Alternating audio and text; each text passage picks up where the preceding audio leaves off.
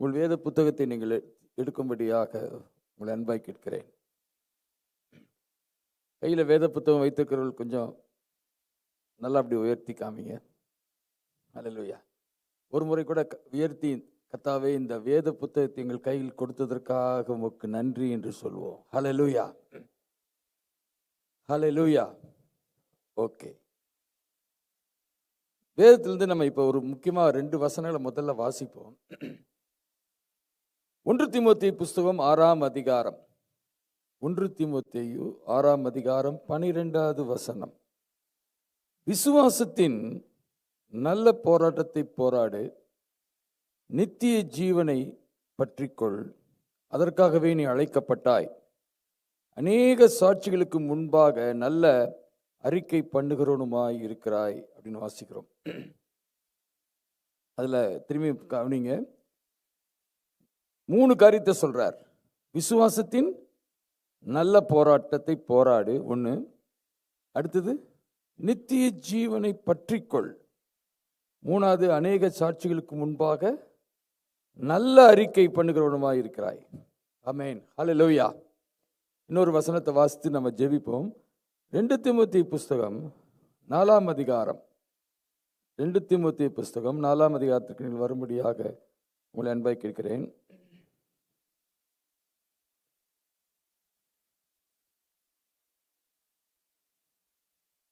தீமோத்தேயு 4ஆம் அதிகாரத்தில் இன்னொரு வசனத்தை நம்ம வாசிக்க போறோம்.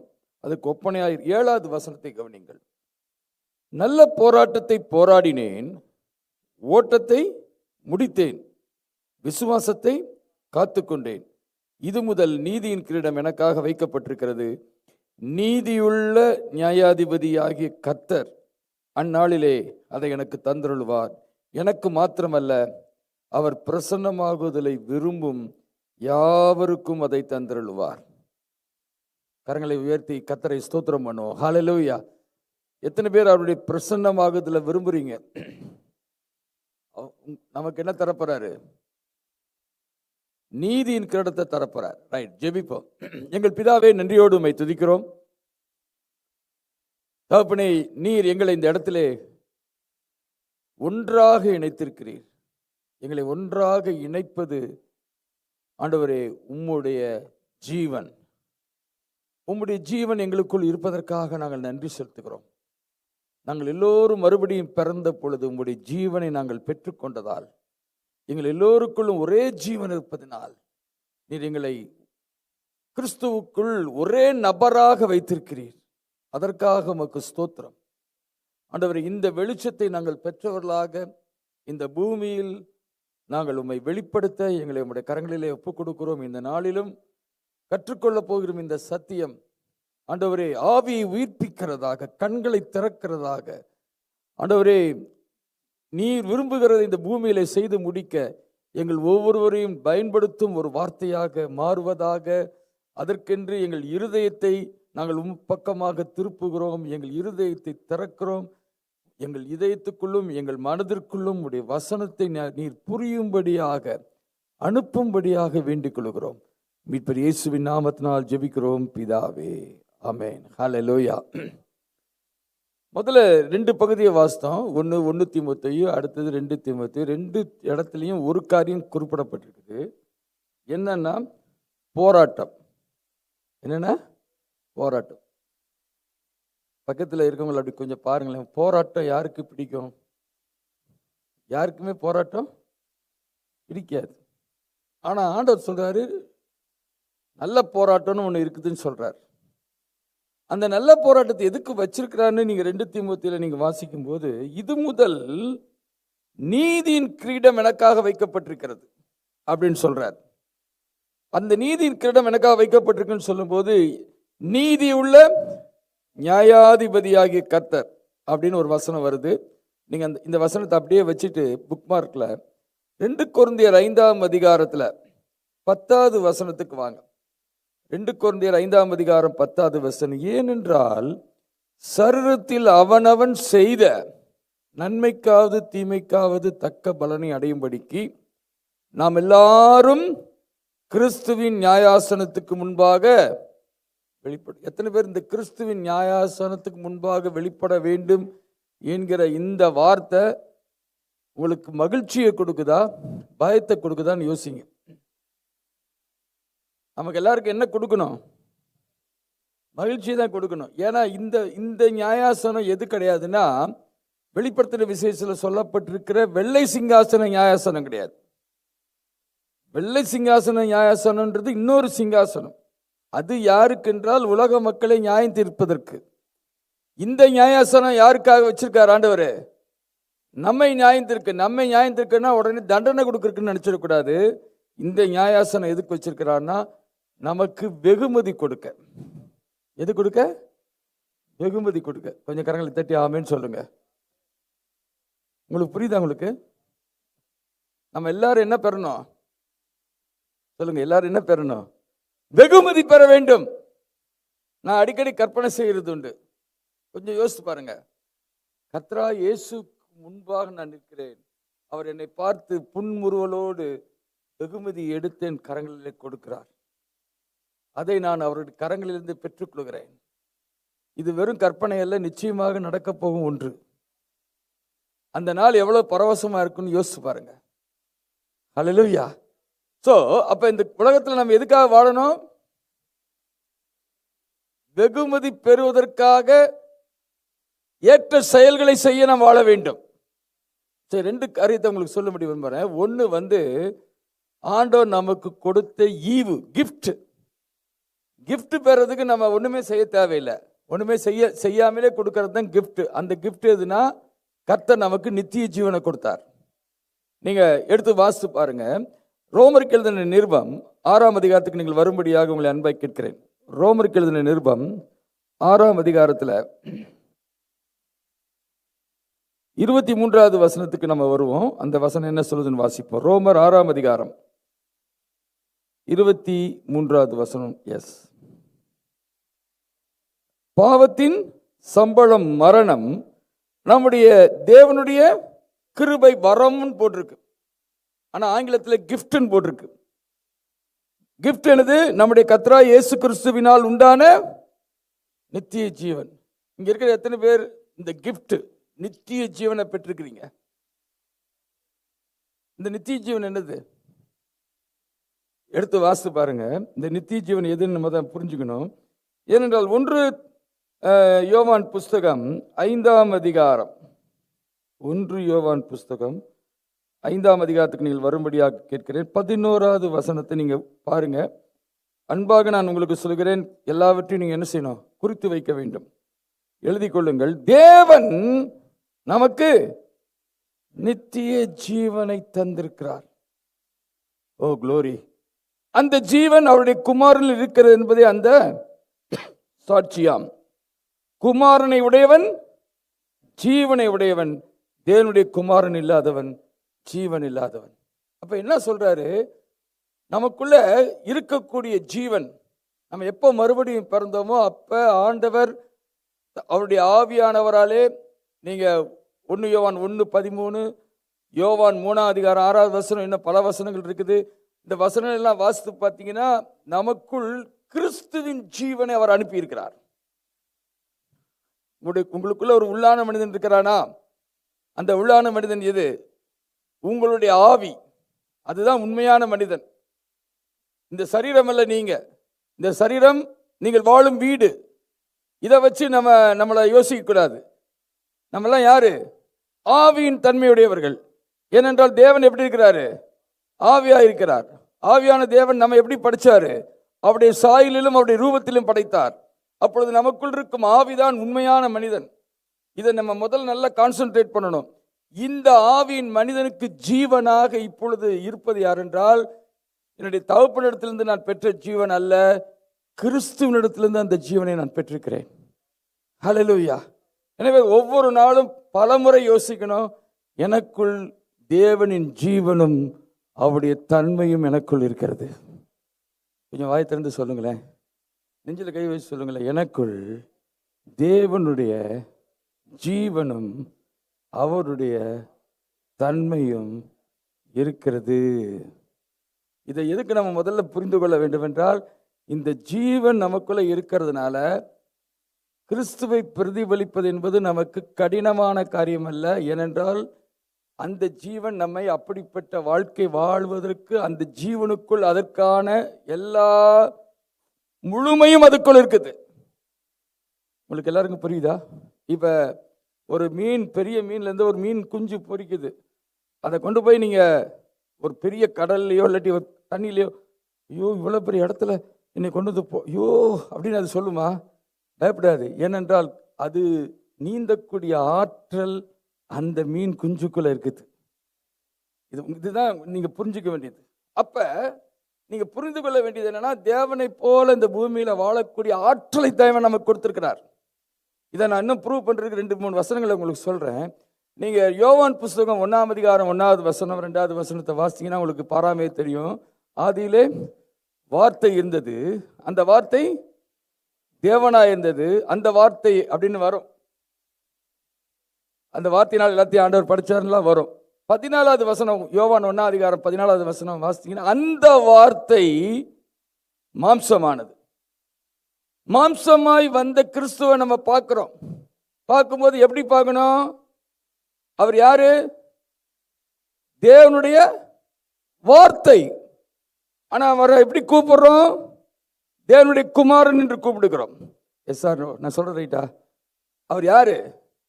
தேவனுடைய வார்த்தை, சகலவற்றையும் உண்டாக்கின வார்த்தை மனித ரூபத்தில் இப்ப வந்திருக்கிறார். வார்த்தையாகி தேவன். அவரை நான் பார்க்கிறேன். அவரை பார்க்கும் பொழுது தேவகுமாரன் என்று சொல்கிறேன். அல்லேலூயா. ரைட். இப்ப அதை அப்படியே மைண்ட்ல வச்சுட்டு நீங்க வாங்க, முக்கியமா நீங்க கவனிக்க வேண்டியது 1 பேதுரு புஸ்தகம் 1ஆம் அதிகாரம் 23வது வசனத்துக்கு நீங்கள் வரும்படியாக எல்லாரும் உங்க வாய்களை திறந்து இந்த வசனத்தை நம்ம சேர்ந்து எல்லாரும் வாசிப்போமா? 1 பேதுரு 1ஆம் அதிகாரம் 23வது வசனம் சேர்ந்து வாசிப்போம்.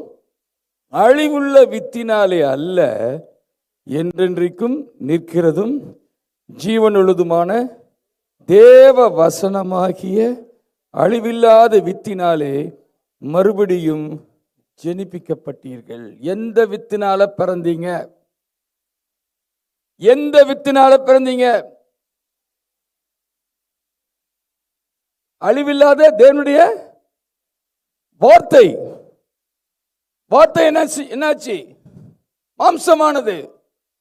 அதனால அவர் என்னன்னு கூப்பிடுறோம்? தேவகுமாரன் கூப்பிடுறோம்.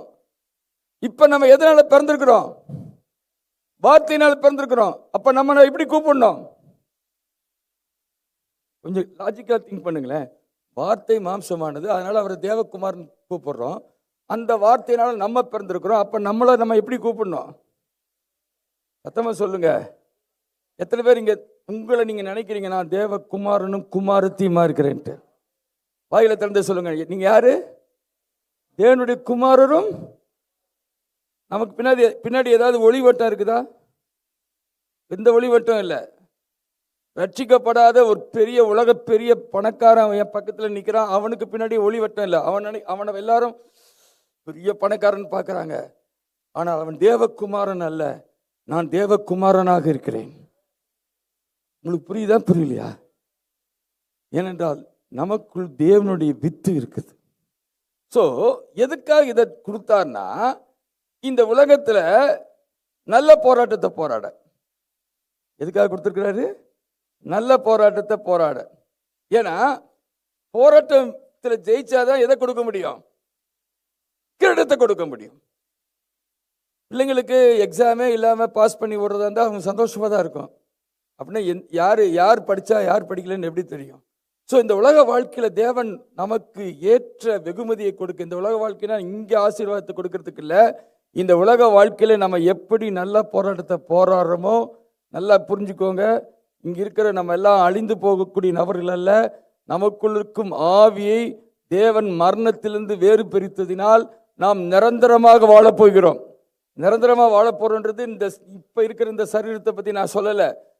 ஒருவேளை ஆண்டவர் வருவார் என்றால் நாம் மறுவோமாவும், இல்லாவிட்டால் மரித்தால் மீண்டும் உயிரோடு எழுந்து நிச்சயமாக இருக்கின்ற இந்த உலகத்தில் நம்ம 1000 வருடம் கிறிஸ்துவோடு சேர்ந்து ஆளுகை செய்ய போகிறோம்.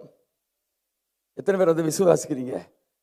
சோ அதுல உங்களுக்கு ஆண்டவர் தன்னோடு கூட சேர்ந்து ஆளுகை செய்வதற்கான வெகுமதியா என்ன தெரிவார்னா, நீங்க எந்த அளவுக்கு விசுவாச போராட்டத்தில் ஜெயிக்கிறீங்களோ அந்த அளவுக்கு சிலருக்கு 5 பட்டணம், சிலருக்கு 10 பட்டணம், சிலருக்கு ஒரு மாகாணம், இப்படி ஆளுகை செய்ய ஆண்டவர் பகிர்ந்து கொடுக்க போகிறார். நான் சொல்றது உங்களுக்கு புரியுதா? உங்களுக்கு எத்தனை பேர் இதை விசுவாசிக்கிறீங்க? இதை நீங்க முதல்ல மைண்டுக்குள்ள கொண்டு வரணும். அப்ப நீங்க எதுக்காக வாழணும்?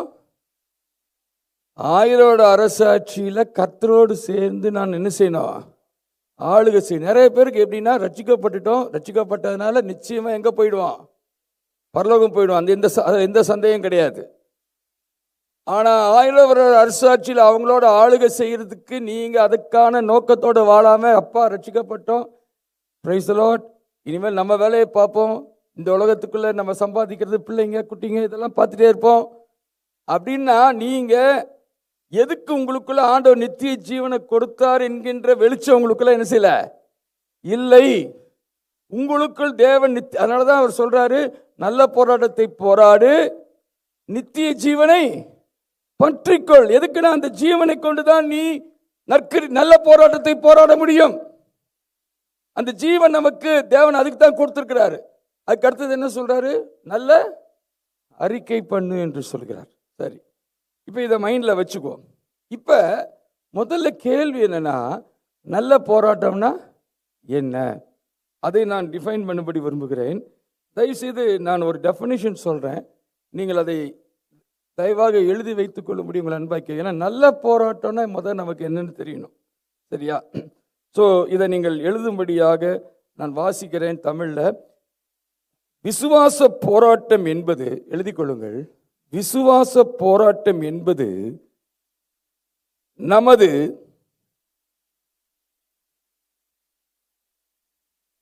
நிலையற்ற உலகின் சூழ்நிலைகளுக்கும்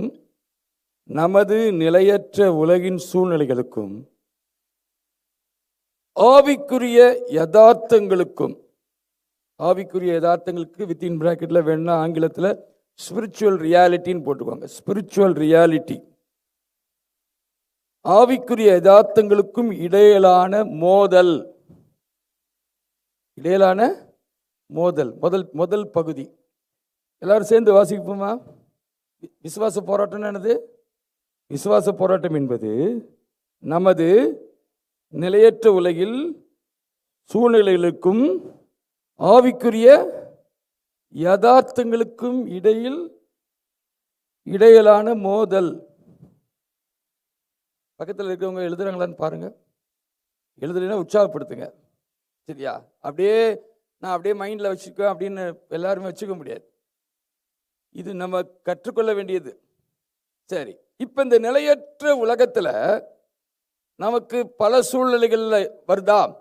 உதாரணத்துக்கு நம்ம எல்லாருக்குமே 2019 20வது வருஷத்துல ஒரு சூழ்நிலை வந்துச்சா?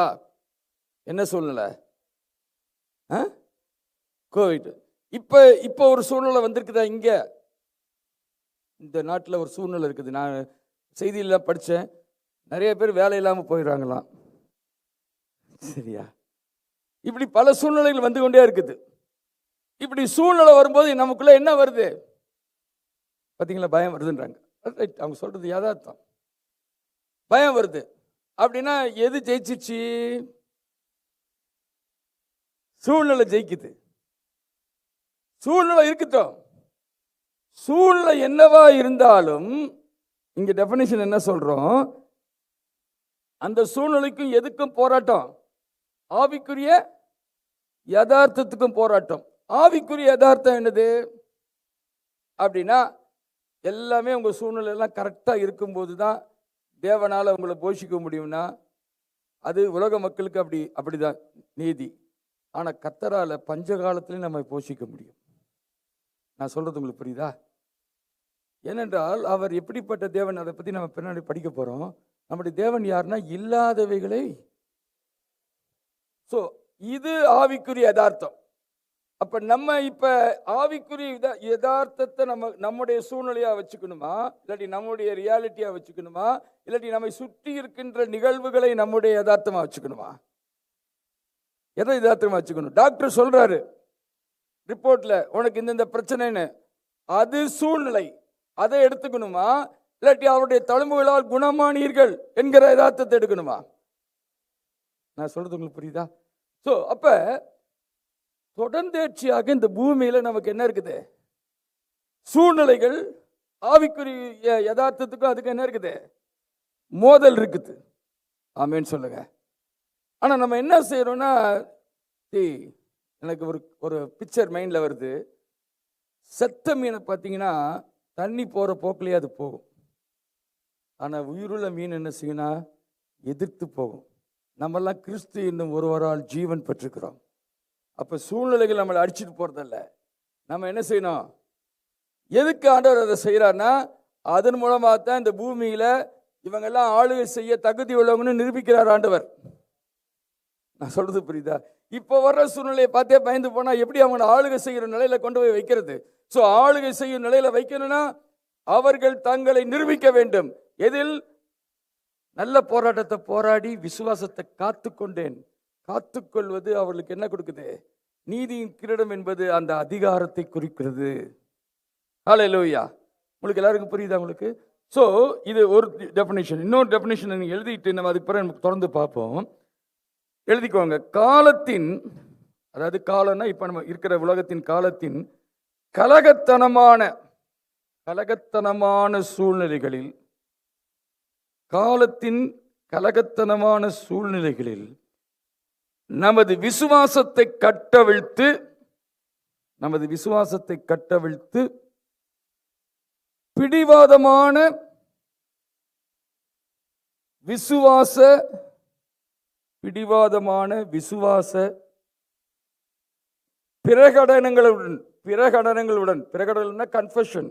பிரகடனங்களுடன் ஒத்துப்போகாத,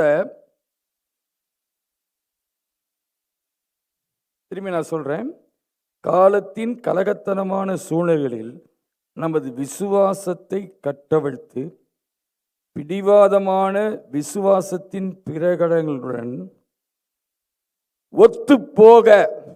ஒத்துப்போகன்னு எழுதணும். ஒத்துப்போக மாற்றங்களை சூழ்நிலைகளில்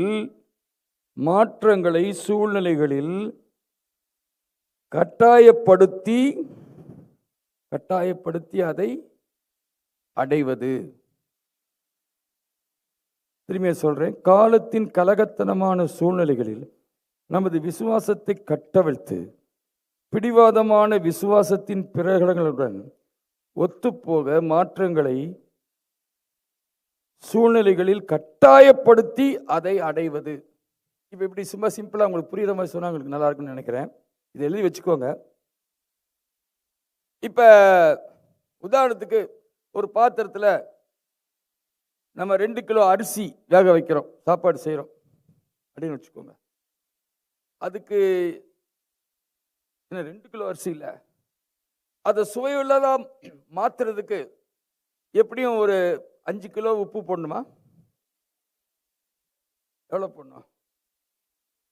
கொஞ்சம் போட்டா போதும் இல்ல? போதுமா போதாதா? கொஞ்சம் உப்பு எடுத்துட்டு போகும்போது அந்த உப்பு, இவ்வளவு சாப்பாடு நான் போய் என்ன செய்ய போறேன் அப்படி சொல்லுது? அது சொல்லாது. அதுக்கு தெரியும், நான் போனா அந்த சூழ்நிலை ருசி அங்க வரும். நிறைய பேர் என்ன சொல்றோம்? அவங்களாம் நிறைய பேர், நம்மளாம் என்ன செய்ய முடியும்? நம்ம என்ன செய்ய முடியும்? கொஞ்சமா இருந்தாலும் நம்ம உப்பா இருக்கிறோம், கொஞ்சமா இருந்தாலும் நம்ம வெளிச்சமா இருக்கிறோம். எத்தனை பேர் உங்களை வெளிச்சம்னு நினைக்கிறீங்க? எத்தனை பேர் நீங்க உங்களை உப்பா நினைக்கிறீங்க? அப்ப நீங்க சூழ்நிலைகளுக்கு போனா சூழ்நிலை உங்களை பார்த்து உங்களை மிரட்டுது. என்னையெல்லாம் மாற்ற முடியாது, கலகத்தனமான ஒரு சூழ்நிலையா அது இருக்குது. அதை பார்த்தோன்னே மிரண்டு போறதில்ல. நல்லா யோசிச்சு பாருங்க. கோலியாத் இருந்தான். கோலியாத்தை பார்த்தீங்கன்னா அவன் பயங்கரமான ஹைட்டு, பயங்கரமான உயரம். எல்லாரும் அவனை பார்த்தாங்க. பார்க்கும்போது எப்படி பார்த்தாங்க? இவனை நம்மளால ஜெயிக்கவே முடியாது. ஏன்னா ஆள் பெருசா இருக்கிறான், உயரமா இருக்கிறான். இவனை நம்ம ஜெயிக்கவே முடியாது. அதுவும் அவன் கொடுக்குற அந்த சவாலை பார்த்தோன்னே தேவனால் அபிஷேகம் பண்ணப்பட்ட சவுல் முதல் எல்லாரும் அப்படியே கூனி குறுகி போயிட்டானுங்கள. ஆனா சின்ன யார் வரா?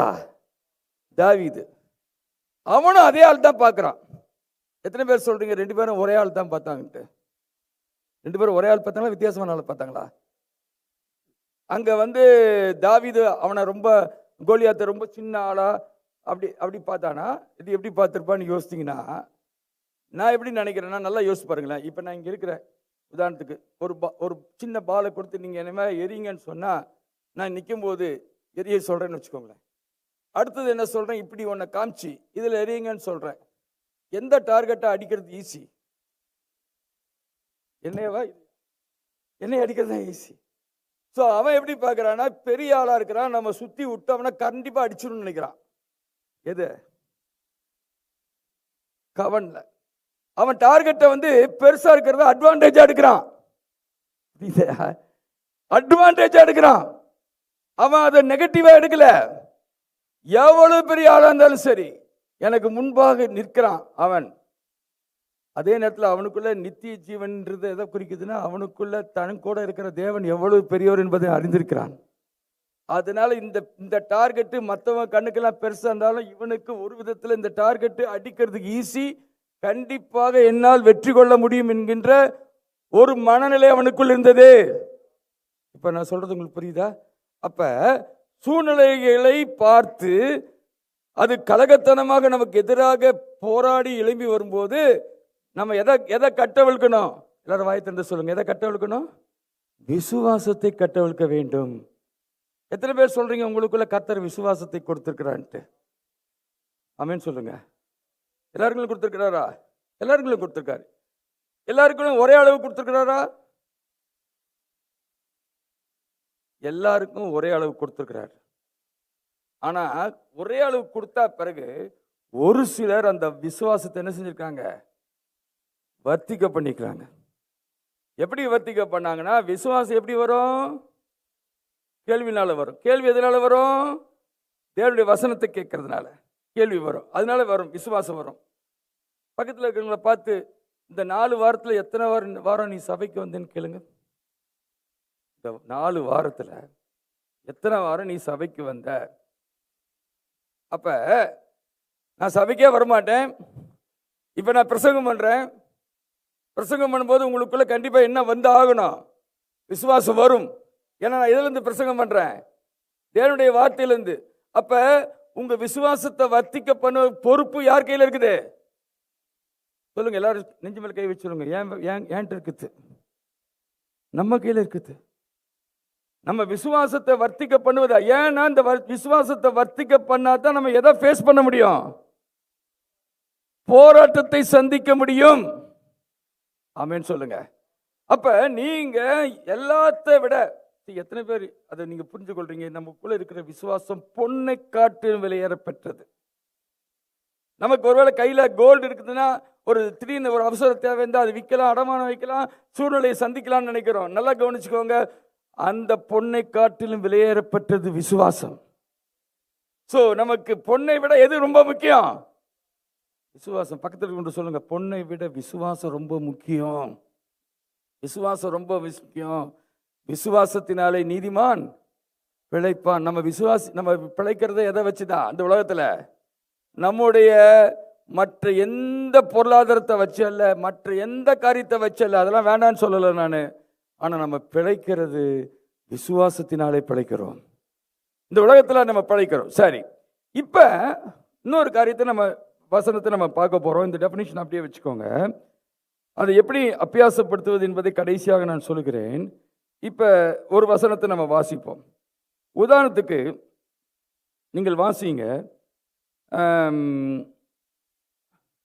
கொரிந்தியர் புஸ்தகத்துக்கு வாங்க.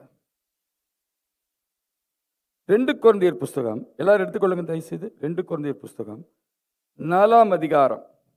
2 கொரிந்தியர் 4ஆம் அதிகாரம். எல்லாரும் வசனத்தை பாருங்க. 17வது வசனத்திலிருந்து வாசிப்போம். வாசிப்போமா? வாசிங்க. மேலும் எல்லாரும் சேர்ந்து வாசிங்க. மேலும் காணப்படுகிறவைகளை அல்ல, காணப்படாதவைகளை நோக்கி இருக்கிற நமக்கு அதி சீக்கிரத்தில் நீங்கும் லேசான நம்முடைய உபத்திரவம் மிகவும் அதிகமான நித்திய கனமகிமையை உண்டாக்குகிறது. ஏனெனில் காணப்படுகிறவைகள் அநித்தியமானவைகள், காணப்படாதவைகளோ நித்தியம். ஆமென் சொல்லுவோம். அப்ப காணப்படுறது எது? Doctor report. காணப்படுறது எது? News report. காணப்படுறது எது? வேற ஏதாவது இந்த உலகத்திலிருந்து வரக்கூடிய 5 சென்சஸ் மூலமா நமக்கு வரக்கூடிய இன்புட், இதெல்லாம் என்னது? காணப்படுகிறது. காணப்படாதது எது? ஆவியின் மண்டலம்னு ஒன்று இருக்குதா? எத்தனை பேர் ஆவியின் மண்டலம்னு ஒன்று இருக்குது? ஆவியின் மண்டலம் இருக்குது. நம்ம இருக்கிறது இப்ப பார்க்கறது என்னது? இது காணக்கூடிய உலகம் இப்ப பார்க்கறது. ஆனா காணக்கூடாத ஒரு உலகம் இருக்குது. சரி, இப்ப காணக்கூடாத உலகம் இந்த காணக்கூடிய உலகத்தை ஆளுகை செய்தா, இல்லாட்டி காணக்கூடிய இந்த உலகம் காணக்கூடாத அந்த உலகத்தை ஆளுகை செய்தா? அப்படின்னா காணக்கூடாத உலகம் தான் இந்த காணக்கூடிய உலகத்தை ஆளுகை செய்யுது. ரைட்டா? இதை நீங்க முதல் லாஜிக்கா புரிஞ்சுக்கணும். அப்ப இந்த உலக வாழ்க்கைக்குள்ள ஒரு காரியம் சரியா நடக்கணும்னா அது எங்க உருவாகணும்? இங்கேயா அங்கேயா? ஆவிக்குரிய உலகத்துல உருவாகணும். ஆவிக்குரிய உலகத்துல என்ன உருவாகுதோ அதுதான் பூமியில ரிஃப்ளெக்ட் ஆகும். உதாரணத்துக்கு யோபனுடைய வாழ்க்கையை எடுத்துக்கோங்க. யோபனுடைய வாழ்க்கையில காணக்கூடாத உலகத்துல யார் யார் பேசுறா? தேவனும் சாத்தவன் பேசுறாங்க. அப்ப அங்க ஒரு தீர்மானம் எடுக்கப்படுது. என்ன தீர்மானம்? நீ உனக்கு தொடர்றதுக்கு நான் பெர்மிஷன் கொடுக்குறேன் அப்படின்னு ஆண்டவர் வேலியெல்லாம் எடுத்து விட்டார். வேலின்னா லிட்டரலா ஏதாவது வேலி போட்டு வச்சிருந்தாரா? அதெல்லாம் பார்க்கவே முடியாது. இது ஆனால் எடுத்துட்டேன், நீ போய் மேல் தொடரலான்றாரு. தொடரலான்னு சொன்னா பார்த்தீங்கன்னா அந்த அதிகாரத்தில் 1ஆம் அதிகாரத்தில் ஒரே நாளில் எல்லா பிள்ளையும் அவன் கொண்டுட்டான், எல்லா சொத்தையும் எடுத்துட்டான், சரீரத்துக்குள்ளேருந்து சுகத்தையும் எடுத்துட்டான். அப்போ இது எங்கே தீர்மானிக்கப்பட்டது? ஆவிக்குரிய உலகத்தில். அப்போ ஆவிக்குரிய உலகத்தில் ஒன்று தீர்மானிக்கப்பட்டால் அது எங்கே நடக்குது? பூமியில் நடக்குது. ரைட். இப்போ ஆவிக்குரிய காணக்கூடாத உலகத்தில் யார் இருக்கிறா? தேவன் மட்டும் இல்லை, பிசாசு இருக்கிறான். ரைட்டா? இப்போ கேள்வி என்னன்னா, காணக்கூடாத உலகத்தில் இருக்கக்கூடிய தேவன் நம்மை குறித்து எண்ணியிருக்கும் எண்ணங்கள் எப்படிப்பட்டது? எத்தனை பேர் சொல்றீங்க அவர் என்னை குறித்து எண்ணியிருக்கிற எண்ணங்கள் எல்லாம் நன்மைக்கு எதுவானதுன்னு? ரைட்டா? ஆனால் பிசாசு என்ன எண்ணுவான்? தீமையானதை எண்ணுவான். ஏன்னா அவன் மனுஷ கொலைபாதகனா இருக்கிறான். ரைட். இப்ப எந்த எண்ணம் சித்தி பெற வேண்டும்? தேவனுடைய எண்ணங்கள் என் வாழ்க்கையில சித்தி பெற வேண்டுமா, இல்லாவிட்டால் சத்ரு வைத்திருக்கிற எண்ணங்கள் என் வாழ்க்கையில சித்தி பெற வேண்டுமா என்பது நம்மை பொறுத்தது. யாரை பொறுத்தது? நம்மை பொறுத்தது. ரைட்டா? நீ ஒண்ணுக்குமே வணங்க மாட்ட. யாரை பார்த்து சொல்றோம்? நீலாம் ஒண்ணுக்கும் பிள்ளையை பார்த்து சொல்றோம். உடனே பிசாசு பாப்பா, ஓகே நமக்கு வழி வந்துருச்சு. உங்களுக்கு புரியுதா? புரியுதா உங்களுக்கு? ஏன்னா நம்ம யாரு? ஆவி நபர்கள். தேவன் யாரு? ஆவி நபர். ஒழுங்கீனமான உலகத்தை எப்படி அவர் சரி பண்ணாரு? வார்த்தையை வச்சு சரி பண்ணார். எத்தனை பேர் ஆமேன்னு சொல்றீங்க? அப்ப நம்ம வாழ்க்கையில நம்ம பிள்ளைகள் ஒருவேளை அவங்க முரட்டுத்தனமா இருந்தா அதை பார்த்து பார்த்து பார்த்து பார்த்து இவன் ஒண்ணுக்கு உதவ மாட்டான்னு அவனை பார்த்து கோபத்துல சொல்லிட்டே இருந்தீங்கன்னா சொல்ல சொல்ல சொல்ல அது சரியாகாது. ஏனென்றால் நீங்கள் அழிவுக்கான வார்த்தைகளை நீங்க விதைச்சிட்டு இருக்கிறீங்க. நான் சொல்றது உங்களுக்கு புரியுதா உங்களுக்கு? சோ உங்க பிள்ளைகளுக்காக நீங்க என்ன செய்யணும்? நல்ல வார்த்தைகள் பைபிள் இருக்குதா? இருக்குதா இல்லையா? என்ன இருக்குது? என்னென்ன வார்த்தைகள் இருக்குது? என் பிள்ளைகள் என் பந்தியை சுற்றிலும் ஒலிவ மரக்கன்றுகளை போல் இருப்பார்கள் சொல்லியிருக்கார் ஆண்டவரே. சங்கீதம் 127 என்ன சொல்றாரு? அவர்கள் பலவான் கையில் உள்ள, சொல்லுங்க, வாயை தந்து சொல்லுங்க, என்னுடைய பிள்ளைகள் பலவான் கையில் உள்ள அம்பா இருக்கிறார்கள். எத்தனை பேர் ஆமேன்னு சொல்றீங்க? ஹல்லேலூயா. உடனே இப்ப நீங்க அடுத்த ஒரு கேள்வி கேட்பீங்க, இப்ப அவன் சரியில்லையே, எப்படி இப்பயே சொல்றது? மாறினா தானே சொல்ல முடியும் அப்படின்னு நீங்க சொல்லலாம். சரி, இப்ப வேதத்துக்கு வாங்க. ரோமர் புத்தகத்துல எடுத்துக்கொள்ளுங்கள். ரோமர் புத்தகம் எடுத்துக்கோங்க. ரோமர் புத்தகம் 4ஆம் அதிகாரம்.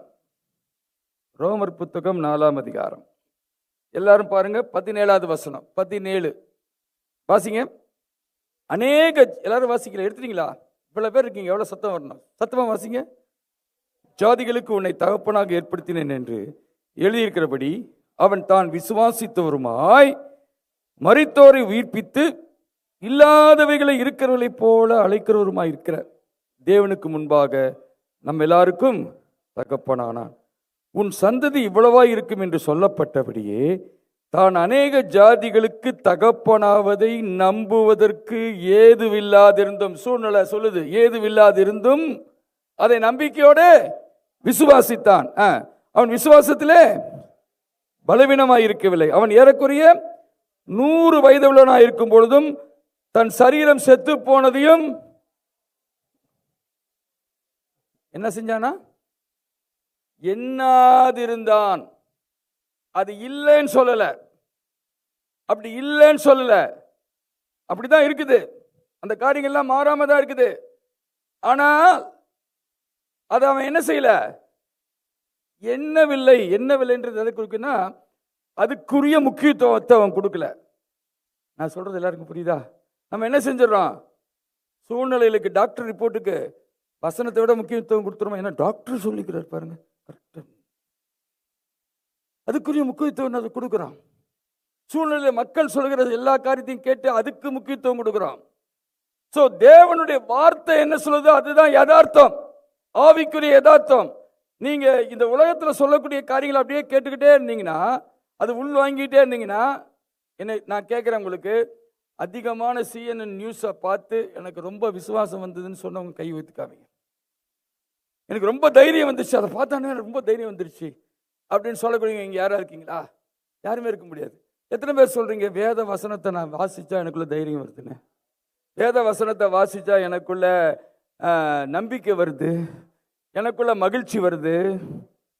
பக்கத்தில் இருக்கவங்கள பார்த்து கேளுங்க, டைம் அலோன் வித் காட், அந்த புத்தகத்தெல்லாம் வாங்கிட்டீங்களான்னு கேளுங்க.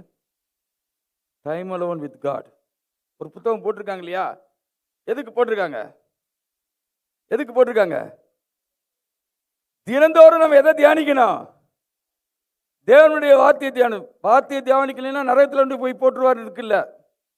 தினந்தோறும் தேவனுடைய வார்த்தையை தியானிச்சா நமக்குள்ள என்ன வரும்? விசுவாசம் வரும். நீங்க நேரா ஒருத்தர் கண்ணை பார்த்து கடைசியா ஆண்டவர் கூட எப்ப பேசினார் கேளுங்க. கடைசியா ஆண்டவர் கூட எப்ப பேசினார் கேளுங்க. எப்படி பேசுறாரு ஆண்டவர்? எது மூலமா பேசுறாரு? வசனத்தினால பேசுறார். கடைசியா உங்களை கர்த்தருடைய வார்த்தை எப்ப உற்சாகப்படுத்தினது? கடைசியா இன்னைக்கு உற்சாகப்படுத்தி இருக்கணும். கொஞ்சம் ஆமென் சொல்லுங்க. டெய்லி சாப்பிட்றீங்களா? டெய்லி சாப்பாடு சாப்பிட்றீங்களா?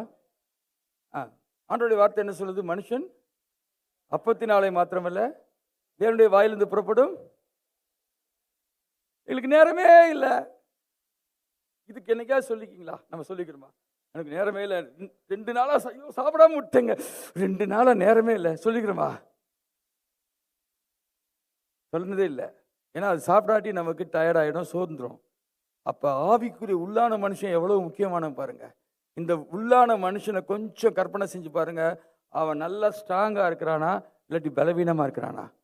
ஸோ உங்கள் கண்ணு எங்கே இருக்கணும்? எதில் இருக்கணும்? உங்கள் சரீரத்துக்கு மேலே இல்லை, உங்கள் உள்ளான மனிதன் எப்படி ஸ்ட்ராங்காக இருக்கிறான், எப்படி பலனா இருக்கிறான், எப்படி சூழ்நிலைகளை பார்க்கும்போது ஆண்டவர் பாருங்க சூழ்நிலையெல்லாம் பார்க்கிறார். நீங்க சங்கீதம் 2ஆம் அதிகாரத்தில் வாசித்து பார்த்தீங்கன்னா சூழ்நிலை சொல்லுது. என்ன சொல்லுதுன்னா, நாங்க இப்படி செய்வோம் அப்படி செய்வோம், பூமி ராஜாக்கள் எழும்பினான், நான் ஓ அப்படின்னு சிரிக்கிறார். அங்க 2ஆம் அதிகாரம், சங்கீதம் 2ஆம் அதிகாரத்தை யோசிச்சு பாருங்க, அப்படிதான் சிரிக்கிறார். ஏன்னா அவர் எதை பார்த்து மிரண்டு போக மாட்டார். எத்தனை பேர் ஆமேன்னு சொல்றீங்க? நம்ம தேவனுடைய புத்திரரா? தேவனுடைய புத்திரரா? அப்ப நம்மளையும் சூழ்நிலை மிரட்டக்கூடாது. மிரட்டுதா அப்படின்னா என்ன அர்த்தம்? உள்ளான மனுஷன் இன்னும் வளரலன்னு அர்த்தம். உள்ளான மனுஷன் வளர வளர வளர வளர, நல்லா யோசிச்சு பாருங்க, வளர வளர சிங்கத்தையே நேரா பின்னாடி போய் என்ன செஞ்சுட்டான்? ஆட்டை பிடிச்சது. நல்லா யோசி, கொஞ்சம் கற்பனை செஞ்சு பாருங்க. நம்ம கரப்பாம்பூச்சியை பார்த்தாவே ஓடுற ஆட்கள் இருக்கிறாங்க, எலியை பார்த்தாவே ஓடுற ஆட்கள். ஆனா எதை பார்த்து எதை பின்னாடி தொடர்ந்து போறான்? சிங்கத்தை. இதெல்லாம் சும்மா ஆண்டவர் எழுதி வைக்கல. அப்படின்னா என்ன அர்த்தம்? எல்லாரும் அப்படி வாழ முடியும். சொல்லுங்க, நான் அப்படி வாழ முடியும்னு சொல்லுங்க. சொல்லுங்க, வாய் திறந்து சொல்லுங்க, என்னால கோலியாத்தை சந்திக்க முடியும். சந்திக்கிறதுக்கு ஏதாவது பிரச்சனை, நீங்க எதை கான்சென்ட்ரேட் பண்ணணும்? உங்க உள்ளான மனிதனை கான்சென்ட்ரேட் பண்ணுங்க. உங்க உள்ளான மனுஷன் கர்த்தருக்குள் தேறினவனாக மாற, வளர்ச்சி அடைய. ஒரே ஒரு வசனத்தை நான் உங்களுக்கு இதில் ஒட்டி நான் காண்பிக்க முடியும் வரேன். திரும்பி இந்த வசனத்துக்கு நம்ம திரும்பி வருவோம் சீக்கிரமா. நீங்க எபேசியருக்கு எழுதின நிருபம் 6ஆம் அதிகாரத்துக்கு வாங்க. எபேசியருக்கு எழுதின நிருபம் 6ஆம் அதிகாரம் 10வது வசனம். எல்லாரும் சேர்ந்து வாசிப்போம். எல்லாரும் சேர்ந்து வாசிங்க. 10வது வசனம். எபேசியர் 6ஆம் அதிகாரம் 10வது வசனம். கடைசியாக என் சகோதரரே, கர்த்தரிலும் அவருடைய சத்துவத்தின் வல்லமையிலும், கரங்களை உயர்த்தி ஆமென் சொல்லுங்க. இதுல நீங்க ஆங்கிலத்தில் நீங்க பாத்தீங்கன்னா பவர் அப்படின்னு ஒரு வார்த்தை வருது, சரியா? நீங்க அதுல கிரேக்க வார்த்தை எடுத்து வாசிங்கன்னா டொமினியன் வருது. டொமினியன் என்ன அர்த்தம்? ஆளுகை செய்யறது. ஒன்னு திமிரி வருதுன்னா அந்த திமிரி வர்றதை அடக்கி ஆளுகை செய்யறது, ரைட்டா? அந்த மாதிரி ஒரு அதிகாரத்தை யார் தர்றா? யாருக்கு தர்றா? ஆண்டவரே நம்முடைய உள்ளான மனிதனுக்கு தர்றாரு. அதை நீங்க சின்னதா ஒரு உருவப்படுத்துனீங்கன்னா, பெரிய ட்ரக்கு பயங்கர வல்லமையோடு கூட ஸ்பீடா வந்துட்டு இருக்கும்போது ஒரு ஒல்லியான போலீஸ்காரரு அதை பார்த்து, நம்ம கையை உயர்த்தினா இது நிக்குமா, ஐயோ நம்ம மேல ஏத்திட்டு போயிடுச்சுன்னா என்ன ஆகும் அப்படின்னு அவர் நினைக்கிறது இல்லை. அவர் என்ன இப்படின்றார், அவன் பிரேக் போடுறான். ஏன்னா அவனுக்கு தெரியும் பின்னாடி என்னை மேற்கொள்ளக்கூடிய ஒரு ராஜ்யம், ஒரு அரசாங்கம் பின்னாடி இருக்குதுன்னு சொல்லி. எத்தனை பேர் விசுவாசி இருக்கு? நமக்கு பின்பாக தேவனுடைய ராஜ்யம் இருக்குது. அப்படி அதிகாரம் நமக்கு பின்பாக அது செயல்பட்டு கொண்டிருக்கிறது. எத்தனை பேர் ஆமென் சொல்றீங்க? சோ இதை நீங்க மனசுக்குள்ள நீங்க கொண்டு வந்து இப்ப என்ன செய்யணும்னு சொல்றாரு. நீங்க இப்ப திரும்பி அந்த பகுதிக்கு வாருங்க. எப்படி இதை அப்ளை பண்ணணும்ன்றதை நான் உங்களுக்கு சொல்ல விரும்புகிறேன். அதை சொல்லி நாம் நம்முடைய வாழ்க்கைக்குள்ள அதை அபியாசப்படுத்துவோம். ரோமர் 4ஆம் அதிகாரத்துல மிக தெளிவாக சொல்லுகிறார், இல்லாதவைகளை இருக்கிறவளை போல அழைக்கிற தேவன். சத்தமா ஆமென் சொல்லுங்க. ரைட். இல்லாதவைகளை இருக்கிறவளை போல அழைக்கிற தேவன்னா என்ன அர்த்தம் அப்படின்னா, 2 வார்த்தை உங்களுக்கு சொல்றேன். ஒன்னு பிலீவிங், எல்லாரும் சொல்லுங்க பிலீவிங். இன்னொன்னு என்னது? ஃபெய்த். Believing, faith. உங்களுக்கு நீங்க பிலீவிங் ஸ்டேஜில் இருக்கீங்களா, ஃபெய்த்தில் இருக்கீங்களான்னு எப்படி கண்டுபிடிக்கிறது? பிலீவிங்னா என்னதுன்னா, தமிழ்ல முதலுக்கு சொல்றேன், நம்புறது. எத்தனை பேர் நீங்க நம்புறீங்க கர்த்தரால வியாதியை சுகப்படுத்த முடியும்ட்டு? நம்புறோம். ஆனா இன்னும் வியாதியோட இருக்கீங்களா? நான் சொல்ற பாயிண்ட் உங்களுக்கு புரியுதா? சோ நம்புவதனால உங்களால வியாதியிலிருந்து சுகத்தை பெற்றுக்கொள்ள முடியாது. உங்களுக்கு என்ன வேணும்? விசுவாசம். விசுவாசம் என்னது? விசுவாசம் என்பது வாயினால சொல்லுவது.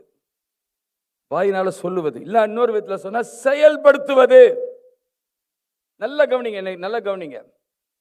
விசுவாசத்துக்கும் செயலுக்கும் நெருங்கிய தொடர்பு இருக்குது. செயல் இல்லாவிட்டால் அது விசுவாசம் அல்ல. நீங்க உண்மையில விசுவாசத்தையும் என்ன செய்யணும்? செயல்படணும். எனக்கு நல்ல ஞாபகம் இருக்கு, நிறைய உதாரணங்களை சொல்லலாம். எனக்கு ஒரு முறை நான் கீழே விழுந்து, நான் ரொம்ப ஒரு 20 வருஷம் இருக்கும், இந்த இடத்துல அடிபட்டு அந்த டிப்ல உடஞ்சிருச்சு. லைட்டா ஒரு துகள், அது ஒன்றும் செய்ய முடியாது. திருநூறு துகளை எடுத்து ஒட்ட வைக்க முடியும். சரி, அது ஒன்றும் செய்யாது, சரியாயிடுன்றாங்க. ஒரு கொஞ்ச நாள் கழிச்சு என் கையை என்ன செய்ய முடியல, இப்படி உயர்த்தவே முடியாது. அப்போ ஒரு நாள் நான் ஒரு தேவனுடைய மனிதன் பிரசங்கம் பண்ணுகிறதை கேட்டுக்கொண்டிருந்தேன். அதான் சொன்னேன், விசுவாசம் எதனால வரும் கேள்வி. அவர் சொன்னார், மலையை பார்த்து பெயர்ந்து சமுத்திரத்தில் விழுன்னு சொன்னா என்ன செய்யும்? இருதயத்தில் சந்தேகப்படாமல் அப்படின்னு அதை நல்லா அழகாக எக்ஸ்பிளைன் பண்ணி சொல்லிட்டு இருக்கும்போது, அதை கேட்டுட்டு இருக்கும்போது எனக்கு என்ன வந்துச்சு? விசுவாசம். அப்போ சொன்னேன், கையை வச்சு இயேசுவின் நாமத்தினால சரியாகு அப்படின்னு சொல்லி, இப்போ நான் என்ன செய்கிறேன்? செயல் செய்கிறேன். இதுக்கு முன்னாடி தூக்க முடியாது. தூக்கும் பொழுது நல்லா எனக்கு, நான் கத்தருக்கு முன்னாடி சொல்கிறேன், ஒரு சொடக்கு போட்ட மாதிரி இருந்துச்சு பாருங்க. இப்போ நல்லா தூக்குறேன்னா தூக்கவே முடியாமல் இருந்துச்சு. ஸோ இது விசுவாசம். இது பிலீவிங் கிடையாது. இது என்னது? நம்புறது கிடையாது. இது என்னது? அப்ப விசுவாசம் என்ன செய்யணும்? செயல்படணும். அந்த வசனம் சொல்லுவதுபடி செயல்படணும். அந்த வசனம் சொல்லுவதை சொல்ல வேண்டும். அந்த வசனம் சொல்லுவதை சொல்ல வேண்டும். இன்னைக்கு உங்க சூழ்நிலை என்ன சொல்லிட்டு இருக்குது அதை சொல்லாதீங்க. தேவனுடைய வசனம் என்ன சொல்லுதோ அதை சொல்லுங்க. அதை சொல்லுங்கன்னா ஃபியூச்சர்ல இல்ல. நல்லா புரிஞ்சுக்கோங்க. ஒரு காரியத்தை உங்களுக்கு சொல்றேன். உதாரணத்துக்கு தேவனுடைய வார்த்தை சொல்லுது, நீங்கள் இந்த பூமிக்கு உப்பா இருக்கிறீர்கள் அப்படின்னா நான் என்ன சொல்லணும்? நான் உப்பு நான் உப்பு நான் உப்பு உப்புன்னு சொல்றதா? இல்ல, நான் உப்பு. நான் போகிற இடமெல்லாம் சுவை உண்டாகும். ஒரு இடத்துக்கு போற, ஒரு இந்த கூட்டத்தில் பேச போற, ஒரு சபையில பேச போற, அதுக்கு முன்னாடி சொல்லணும், நான் உப்பு, என்னால் மக்கள் சுவை பெறுவார்கள். நான் சொல்றது புரியுதா? இதை இப்ப சொல்லும் போது நீங்க இப்படி நினைச்ச கூடாது, இப்படி சொன்னா அப்படி ஆயிடும் நினைக்க கூடாது. இல்ல இல்ல, நான் அப்படி இருக்கிறேன். என்னவா இருக்கிறேன்? உப்பாக இருக்கிறேன். இருக்கிறத இருக்கிறதாக சொல்லுகிறேன். நான் சொல்றது பாயிண்ட் வித்தியாசம் புரியுதா? புரியுதா? சோ நீங்க இப்ப எப்படி இருக்கிறீங்க? எத்தனை பேர் சொல்றீங்க நான் ராஜாவும் ஆசாரியனமா இருக்கிறேன்ட்டு? அப்ப நீங்க என்ன செய்யணும்? ஆளுகை செய்யணும். அப்ப நீங்க இத பார்த்து பேசணும். நான் பேசினா நடக்குமா அப்படின்ட்டீங்கன்னா என்ன என்ன அர்த்தம்? உங்களுக்கு பிலீவிங் இருக்குது, என்ன இல்ல? ஃபெய்த் இல்ல. ஃபெய்த் இருந்தா என்ன செய்யணும்? பேசணும். அப்ப உங்க சூழ்நிலை மாறணும்னா இங்க இவர் என்ன பண்றாரு? அங்க நீங்க அந்த வசனத்தை வாசித்து பார்த்தீங்கன்னா அவர் என்ன பண்றாரு? நீங்க தொடர்ந்து வாசித்து பார்த்தீங்கன்னா அங்க நல்லா போட்டிருக்கு, தன் சரீரம் செத்து போனதையும் சாராளுடைய கற்பம் செத்து போனதையும் என்னது இருந்து என்ன பண்றாரு? 21வது வசனத்துல தேவன் வாக்குத்தத்தம் பண்ணினதை நிறைவேற்ற வல்லவராய் இருக்கிறார் என்று முழு நிச்சயமாய் நம்பி தேவனை மகிமைப்படுத்தி. அப்ப என்ன செஞ்சிருப்பாரு? எனக்கு ஒரு குழந்தை, அடுத்த வருஷம் நான் வந்து அப்பா ஆயிடுவேன், நான் அப்பா. ஆனா எல்லாரும் பார்த்தா சிரிப்பாங்க. ஏன்னா இவருக்கு 100 வயசு, சாராளுக்கு குழந்தை பெறதுக்கு வாய்ப்பே கிடையாது. ஆனா நான் ஒரு தகப்பன், நான் ஜாதிகளுக்கு தகப்பன், ஜாதிகளுக்கு தகப்பன்.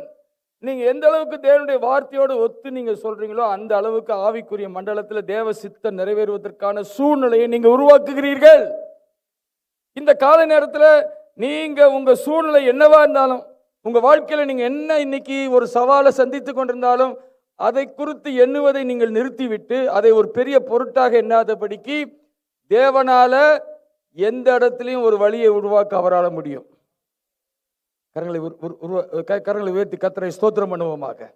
என்ன காரியத்துக்கு உங்களுக்கு சேலஞ்ச் இருக்குது?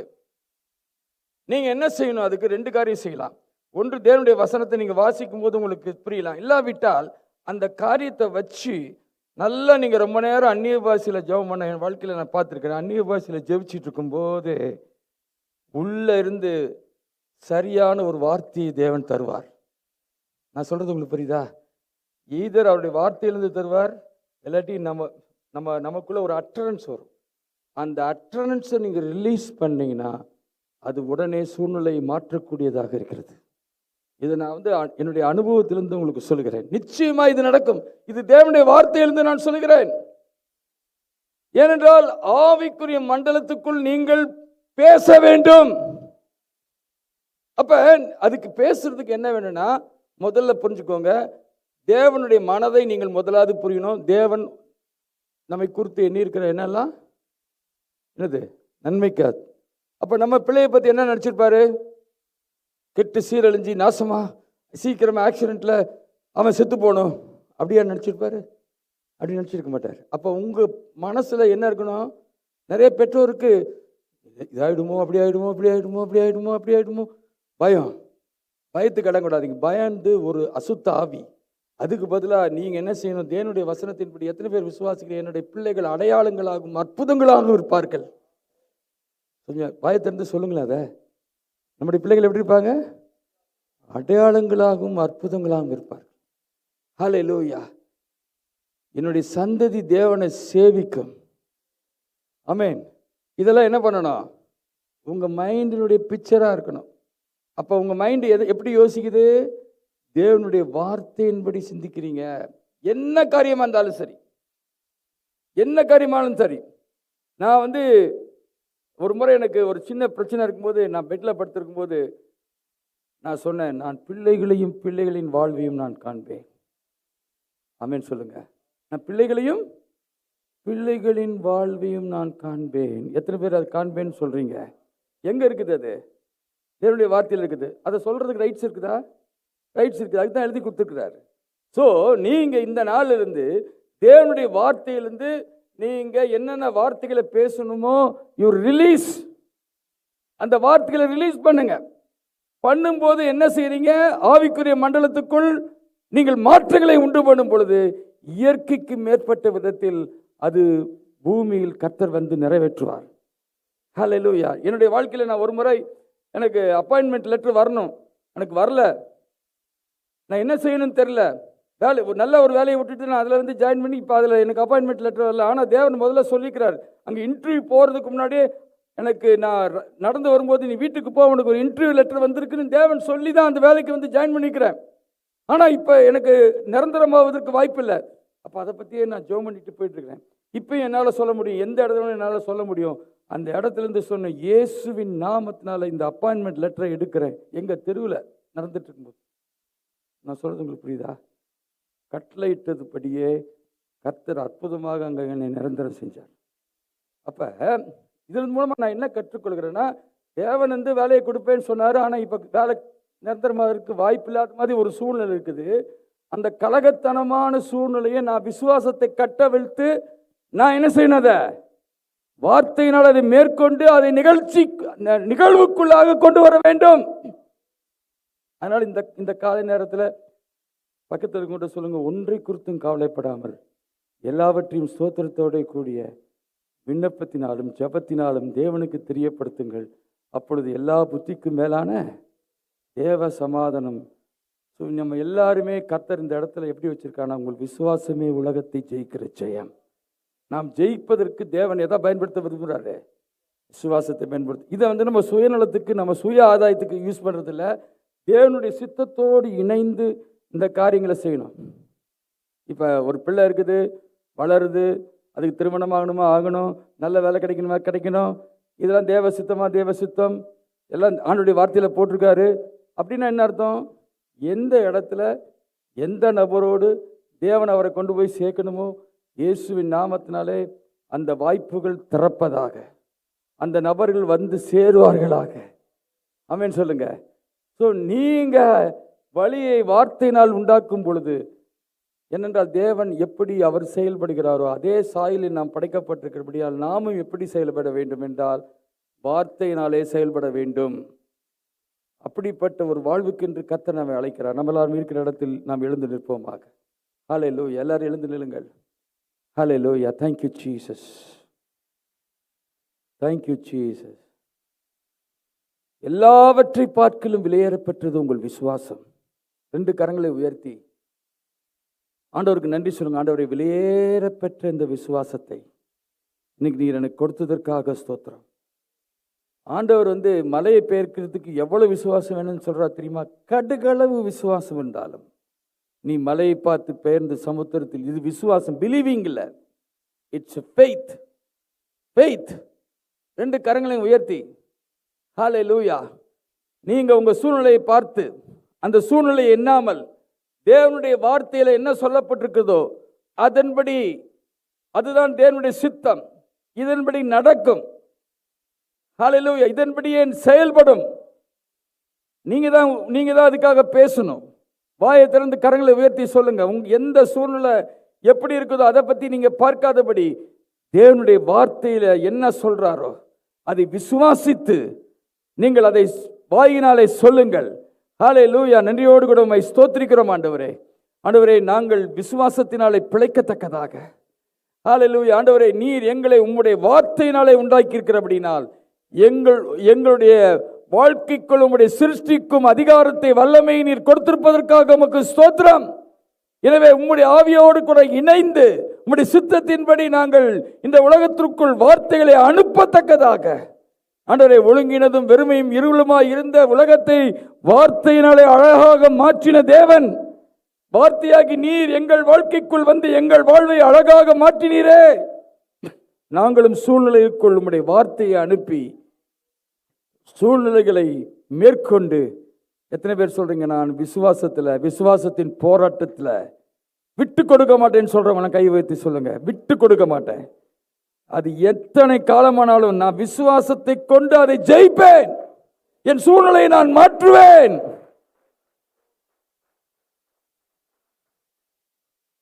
நம்மை பலப்படுத்துகிற கர்த்தர் நம்மோடு கூட இருக்கிறார். கர்த்தருடைய பலன் நம்மோடு இருக்கிறது. ஒருவரும் இங்கு நீங்க சோர்ந்து போக வேண்டிய அவசியம் இல்லை.